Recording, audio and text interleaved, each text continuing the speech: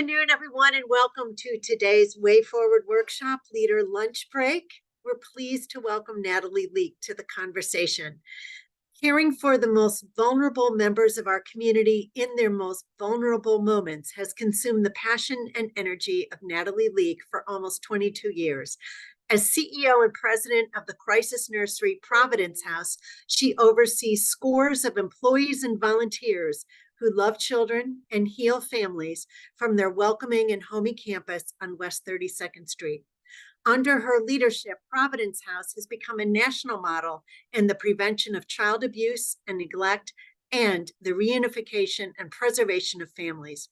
Since its founding in 2001, it has grown in its presence on the West Side to serve more children from infants to 12 years old. Despite the good work happening in near West Side communities, Natalie was nagged by the realization that their presence was desperately needed on the East Side. She summoned courage and conviction and identified a space in the Buckeye Shaker neighborhood, and now they are about to open the doors to serve East Side children and families. This will allow them to further live the motto of every child is your child. I might interpret our child. Natalie believes the most important quality of a leader is tenacity, and she possesses that in abundance. She is the mother of 2 teenage boys, has served as a foster mom, reads 3 to 4 books a week, and we are proud to call her an alum of Leadership Cleveland 2010. Welcome, Natalie. Thank you, Mary Ann. Great to be here. Great to see so many advocates and supporters joining us for the call today.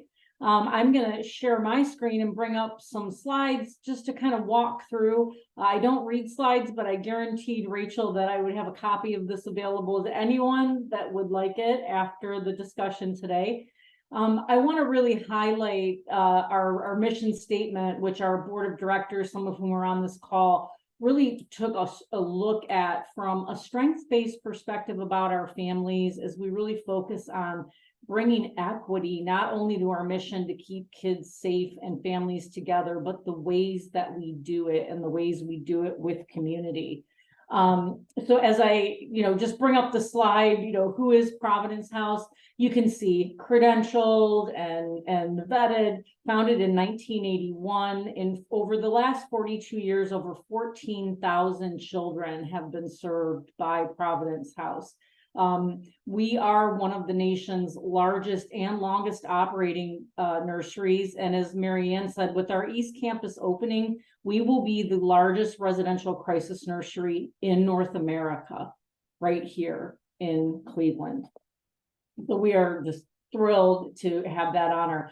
To give you a sense of the scope of the work, we serve over 30 zip codes in Greater Cleveland every year. We even trail into Lorain County, Medina County, Summit County as needed. And you can see that with the East Campus, we can really intensify the impact that we're having. What really prompted that was we have had over 450 children waitlisted, unserved or waitlisted, every year over the last 5 years running, and 70% of those kiddos live on Cleveland's Near East Side. So we're growing where the children are and the families need us. So I bring this up just to lay a context about Cleveland. I love Cleveland. I'm a Clevelander, but it is not a great place for kids. I'm going to be real honest with you. So I always highlight this 1, 2, 3, 4, 5 strikes against Cleveland. And it's shocking if you're not aware of these statistics. We are, again, #1 in child poverty, which has doubled post-pandemic nationally. Our kids are faring terribly across the U.S. We're #2 in infant mortality, despite our world-class medical institutions in this community. 3 in low-income working parents, and Ohio is 45th in the nation for its investments in child welfare and child abuse prevention. 90% of children being removed from their homes are removed for poverty-related neglect issues that are preventable. And those are some of the issues that we're addressing at Providence House. And you can just see on and on. I could give you statistic after statistic about the lifespan impact of early maltreatment on children. And I would argue also the removal of children from their biological families when we can prevent it. So to give you a sense of some of the costs of this for us and for children and society, it costs at least $30,000 per child for an average stay in foster care. Goes way up if children have physical, behavioral, medical needs. We know that in Cuyahoga County and nationally, 70% of these kids are aging out into adult systems within 2 years. Homeless, incarcerated, mental health disorders. So we're paying $4 for every dollar we spent in foster care. We're now paying $4 more to treat these situations. And we know at Providence House, about 60% of the children we serve are already open case with the county. So these are kids that are on the radar. They have a social work assigned to the family. They're monitoring that family. And without intervention, typically that trajectory is into foster care, yet we're reuniting 99% of those families. We're preventing them from entering foster care. And yet there's little to no investment in that prevention strategy that we offer in Cuyahoga County. There are in a couple of other states. Again, big, busy slide, lots of savings. 99% of families are reuniting and saying they feel more stable. Families are saying their bond is improving with their children, even through that temporary separation away, because they can focus when they're visiting their children without all of the crises going on. They can get those things under control. I think one thing we really want to highlight, referencing to equity, and this was a study we did with Case Western Reserve University, we like the public system have a disproportionate number of families of color in our client population. And yet, when you look at the success on the back end, it's the complete reverse of public systems. Our families of color are the most engaged and the least likely to have their children enter foster care. This is a significant finding.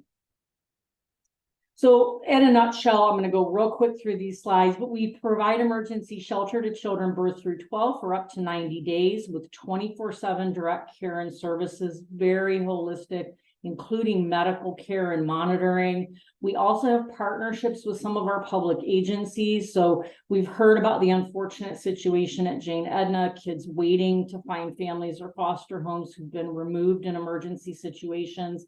We're a provider for those kiddos birth through 6, a safe landing while we family find and foster find with the county. We also support the Adams Board for families that may refuse inpatient treatment for mental health or sobriety because they don't want to lose custody of their children. Those kiddos can come stay with us and we can improve those treatment engagements for families that need intervention. Part of our program and what makes us so unique in the national crisis nursery spectrum is we embed family preservation.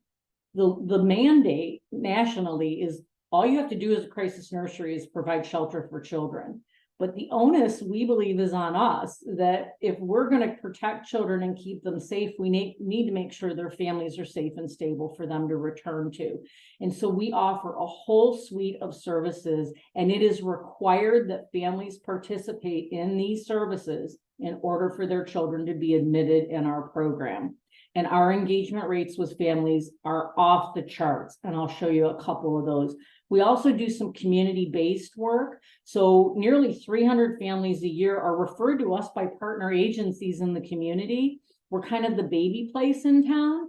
So they need diapers or formula or school uniforms or children's clothing. And so we're providing those to our community partners, clients, when they don't have those resources.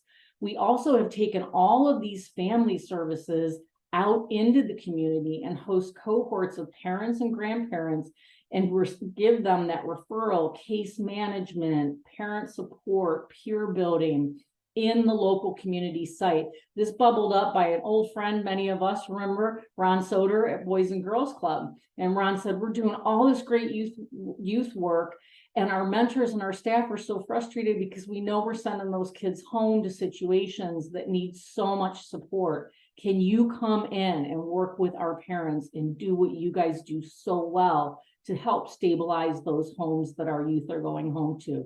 And that birthed a program that now has hosted cohorts all over the place. At CMHA, we're an urban community school, Edna House, Fairhill Partners. And so it's been a great way to move that family support work out into the community. We partner with over 130 social service agencies in Cuyahoga County for our families to connect for long-term support. We do crisis intervention and family preservation super well, but we are not a drug treatment provider. We're not a behavioral health provider long-term. We don't do job training, but we know partners who do it really well. And so we want to connect our families to them. So sharing the data, kind of who are our clients, 741 children and families. These numbers are actually a little higher now. It was 203 in our last fiscal year, children in the nursery. So we're coming back out of the pandemic, reducing quarantine restrictions, things like that. So you're going to see those numbers creeping back up. But this kind of gives you a sense of all the places we're touching families and kids in the community. And yet last year, 486 kids didn't get in. Looking at the clients that we serve, most of our families are living at or below federal poverty. 100% do not meet the new ALICE threshold. If you're not familiar with that, it is a living wage assignment that actually came up through United Way, referencing asset limited, income constrained, but employed. Families that can't afford to live even though they're working. As I mentioned, single female headed households of color are the predominant population that we serve. And interesting, and such an honor for us as an organization, almost 70% of our clients self-refer. We're the first door they knock on because another mom who used our program said, you can trust them. They're going to help you and they're not going to take your kids away. So again, going back to those resource depleted families, these are families who, they love their children. They're not earning enough to keep the heat on, the water on, buy groceries. They're coming to us to help them through that gap. Homelessness and unsafe housing continue to be a primary reason for admission. And then we'll see these numbers shift, every year. Sometimes medical is ahead of mental health, or it's mental health, or it's violence. And so these are very typical reasons that a family seeks our support. We also see a lot of trauma and violence in our families coming in the door. So we're dealing with parents trying to parent through their own early childhood traumas, and children that have significant exposure before they even get to us. Also, almost 90% of our parents and guardians and kiddos have a history with child services. So imagine being a mom who grew up system involved saying, not my kids. I do not want them to have that experience. That's how they're coming to us. And I talked about family engagement in the high 90s, which is astronomical. Any of us on this call in human services know how hard it is to maintain client engagement. And our families, the most precious treasure in their life is in our care. They want their children and they are working hard. We also look at what happens long-term for our families. So we know they walk in the door, they walk out the door, most of them are together, but then what? Did we really successfully connect them to fulfill their goals for income, employment, education, housing? And so as we look at that overall long-term stability and well-being, and we typically can track a family from the point they call us at inquiry all the way through 12 months of aftercare after their children leave us. So we're looking at, experience windows here that could go up to, 13 to, 15 months long. So our East Campus, and again, this will come through as a PDF with a hyperlink. We've got a great video of this build here. So as we look at those waiting lists, our board really took on the challenge of how do we get to the East Side? And this is a growing problem as poverty is shifting and we continue, as we improve and gentrify our inner city neighborhoods, we're shifting the need around our community in different ways. So this is at the corner of East 118th and Buckeye in the yellow square, the footprint of our new crisis nursery. We also acquired the property next door This is now a $16.5 million development by a nonprofit. We're the first owner-occupied development in the Buckeye area of this magnitude as they look at a larger revitalization on that corridor. And we really see this as community development from the inside. I always say, you know, we're a nonprofit. Yes, we're a human service partner. This is community development. You can build whatever you want on the corridor, but if your families and kids aren't safe and doing well, they're not going to be walking around. They're not going to be shopping the retail. And so this is a vision of the property. Our administrative offices have moved to Buckeye Road. We have a family resiliency center on the second floor, and our community spaces and child development and education activities are happening on the ground floor. We basically did what we did on the west side. We poked a hole in the back of the building and built this gorgeous new residential wing for up to 20 children at a time to stay with us. Future state, we built this nursery over a parking lot, so we needed a parking lot. That's why I bought the property next door. But we're also talking to a lot of our West Side providers, and I kind of joke with amongst ourselves on the West Side of Cleveland. We're so close we can spit in each other's windows. Our clients literally walk between our organizations. There is no service over here on the. I got there and I said, "Where are our partners?" and met like 3. So we are envisioning the next phase of our project is a community services hub on the corner of East 119th and Buckeye. And it will house community partners that are struggling to get into this neighborhood in a cost-effective way that will be tenants in this building and can deliver services right here in the Buckeye community. We also are having a national impact. So, while we're recognized and awarded for, national as a model for our services, we also are convening crisis nurseries across North America through the Center for Crisis Nurseries. Providence House, really, our brand takes a back seat in this. This is really about talking to providers across the United States who are doing the kind of work we do and sharing best practices. We have over 200 members now in North America and an online community that shares resources and information as well as roundtables. We're launching an institute where there are free and purchasable intellectual property and content policies, procedures, forms, handbooks, startup guides. All of this will be in the Institute for existing nurseries to expand their services or those that want to start nurseries in other communities. And then we also do quite a bit of replication consulting. So it could be technical assistance calls or how do I start one of you in my community? And so we're working with organizations across the United States, sharing our expertise to help them launch programs like this in their communities. So, how you can help, people always say, how can we help Providence House? And they're always surprised because, of course, I want to say, give money, help us. The most important thing you can do is tell families we're here for them. While they're struggling through these tremendous crises, and the most awful thing I can think of as a parent is the fear of losing my children. And in that moment of crisis, where can they turn? And please have them call us. Even if we can't get their children in right away, we are supporting them immediately on the phone, getting them resources, getting them connected.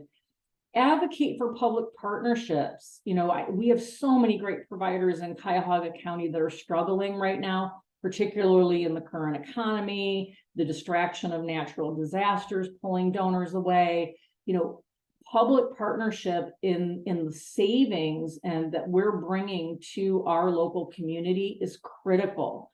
And we need other voices besides our own saying it's really important that you invest in organizations that are helping our community and saving us money. And get involved. You heard a lot today, a lot of issues we covered. Did you know Cleveland was #1 in poverty? Did you know that we're #2 in infant mortality? Talk to people about the real need in this community and the need to work with organizations that are addressing these issues. obviously give and get support. Volunteer time and talent is critical to nonprofits in this community and Providence House as your monetary support. And come to our events. They're always lots of fun, and it's a great way to help the organization. We do have an open house coming up for our East Campus on Friday, October 13th. So the community open house will be from 3 to 6 p.m. We'll have a donor open house a little earlier in the day, but you can actually walk through the new facility. It is amazing. It's gorgeous. And more importantly, for a lot of our kiddos, this is the first house they've ever lived in. It's the first bed they've ever slept in. And it's just, I'm getting emotional just thinking about the gift that our community has allowed us now to provide in a community that's been significantly disinvested in for so many years. So I threw a ton at you really super fast. So I'm going to turn it back over to Rachel and the audience for any Q&As. Great, Natalie, thank you. So you mentioned some really great data around parent and family engagement. How do you define engagement? So for us, we actually have a pretty rigid set of guidelines for families to be engaged with us. So they have to visit their children. They have to attend their parent education sessions, which are unique and built around each family's own needs and strengths. And they have to be connecting to the partners that we suggest that they connect to for ongoing support. So we track all of that. I say a mom, mom can't say, oh, I tested clean in my outpatient this week. We're calling and we're checking, and they know that. So there's an accountability for our families in understanding what is expected of them and how they need to engage. And I will say, there were quite a few silver linings that birthed out of COVID. Pre-COVID, before we could do some of the telehealth and remote work that we do with families, we were really only in maybe the mid to high 80s of engagement. But accessibility through the technologies that COVID now allowed into human services and our licensing agencies have allowed into our organizations has also dramatically helped our ability to engage our families. What happens when a family or child is waitlisted? What services could they turn to in that scenario? Good question. That's why I mentioned, tell people, even if we don't have room, we're starting immediately. Our social workers begin a case management effort right away. Where are you? How safe are you? How safe are your children? Do you need, a little bit of emergency funding to cover that rent or get your heat back on? Can we provide you with food, diapers, clothing? If it's unsafe, do you have a family member that maybe you've lost contact with that we can maybe broker a conversation to say, we're involved. It might be a week before we can take in your grandchildren, but if we give you food, clothing, diapers, and help you, can you keep them safe until we can get them in? So it's a combination of factors, but we're never saying to a family, no, we're full, sorry, and hang up the phone. We never want to be a wrong door. You mentioned that one of the ways that your clients can tell others is because you've built that trust. What are some of the techniques and tools that your team has used to really build that strong trust with your clients? I really think it's about meeting the families where they're at when they come in and what their vision of success is. There are families that graduate our program.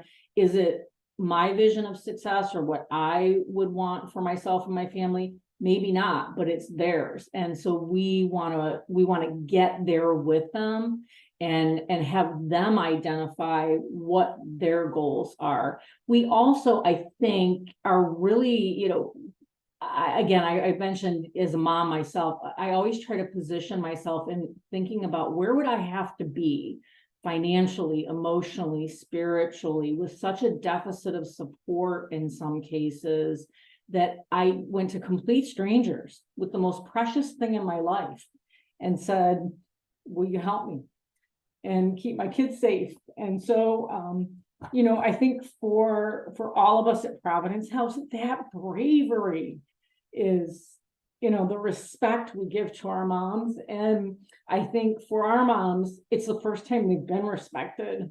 We have moms who come to Mother's Day tea and they say, it's the first time I've ever felt honored to be a mom, that people acknowledge that I love my children.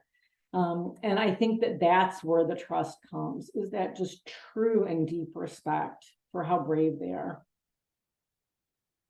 And with the wonderful outcomes that you have and the strong work that your team does, what do you perceive as the reason that government may not invest greater in the services you offer? And what will it take to see that change?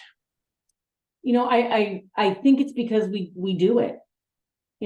We do it, and maybe we haven't asked for the money, or we didn't ask for it in the right way, or the community has supported it. And I will tell you, the conversation's changing in rooms with both private donors, particularly our foundation community. And they're saying, hey, we're here. We've supported you. We're supporting nonprofits all over the community. Where is the county? Where is the city? Where is the government in this solution? You clearly have solutions, and we're not the only nonprofit. I was with the foundation leader a few weeks ago, and he said, I hear this story from every nonprofit I talk to. And I think it's going to take a collective voice of not just individual nonprofits, but from the community at large, and a realization from our public officials that if this just goes away tomorrow, what happens? It's easy not to realize what you have until it's gone. And I'm not saying that that's something we would never turn a child away, but I think it's really important that, for our nonprofit sector, there is a recognition and an investment from our public sector about the value of the work that we're doing to improve our communities. Love the goal for your new Eastside campus to become this hub for organizations. And how can an agency become a tenant in the hub, and how soon will that be available? You can call us. So we're just coming off completing the nursery. So I'm a little tired. We've raised about almost $12 million there. So the next, the future phase of that, it's about a $5 million build. The site, we have it under site control. The site's demolition, it's build ready. So it's, as we raise those dollars, we already are in the phase to begin to execute MOUs with a few partners. We already have a ground floor nonprofit tenant identified that wants to be in Buckeye right on the corridor with us. But all they have to do is reach out. They can contact me, and I can get them to the folks in our organization that can share the plans, the footprint, the square footage available. We've got folks that are interested in everything from a permanent spot to an office to a drop-in hive. So we've got lots of kind of mix and match to meet the need. You made a lot of references to the partnerships to provide the additional services that your clients need. Are there any needs that your clients have that you are still seeking to meet via new partnerships? Wow, that's a good question. I wish I had my clinical director, because she did probably have a big long list. I think for us, it's identifying those partners as needs change, because what families needed 5 years ago is very different than what they need today, and it's constantly evolving. I think more than anything, the barriers we see aren't that the providers aren't there, it's how families can get to them. Transportation continues to be a significant issue. And the geography of the client need versus where the service is also a driving factor in how well they engage.